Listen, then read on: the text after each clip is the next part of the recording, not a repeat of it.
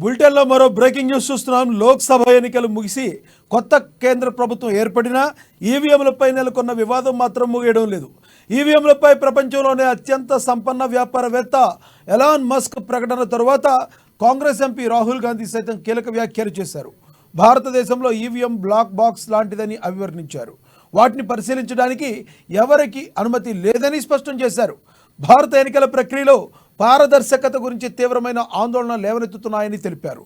సంస్థల్లో జవాబుదారీతనం లోపించినప్పుడు ప్రజాస్వామ్యం భూటకంగా మారుతుందని, అంతేగాక మోసానికి గురవుతుందని చెప్పారు. ఈవీఎంలపై ఇప్పటికీ అనుమానంగానే ఉందని చెప్పారు రాహుల్. కాగా ఈవీఎంలకు రద్దు చేయాలని, ఇది మానవుడు లేదా ఏఐ ద్వారా హ్యాక్ చేయబడే ప్రమాదం ఉందని ఎలాన్ మస్క్ తెలిపారు. అంతకుముందు మస్క్ ప్రకటనపై కేంద్ర మంత్రి రాజీవ్ చంద్రశేఖర్ సైతం స్పందించారు. మస్క్ ప్రకటనలో ఏమాత్రం నిజం లేదన్నారు.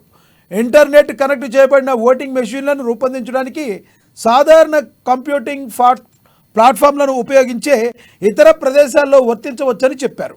భారతదేశంలో మాత్రం అలా జరగదని స్పష్టం చేశారు.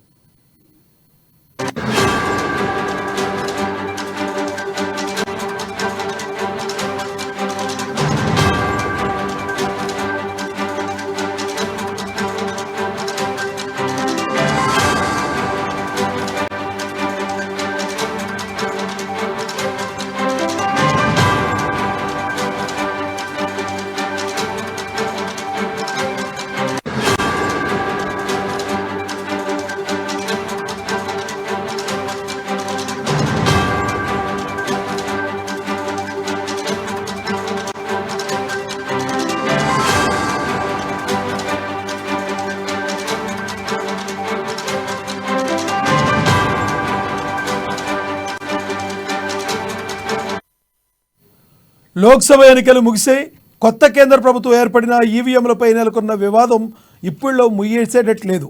ఈవీఎంలపై ప్రపంచంలోనే అత్యంత సంపన్న వ్యాపారవేత్త ఎలాన్ మస్క్ ప్రకటన తరువాత కాంగ్రెస్ ఎంపీ రాహుల్ గాంధీ సైతం కీలక వ్యాఖ్యలు చేశారు. భారతదేశంలో ఈవీఎం బ్లాక్ బాక్స్ లాంటిదని అభివర్ణించారు. వాటిని పరిశీలించడానికి ఎవరికి అనుమతి లేదని స్పష్టం చేశారు.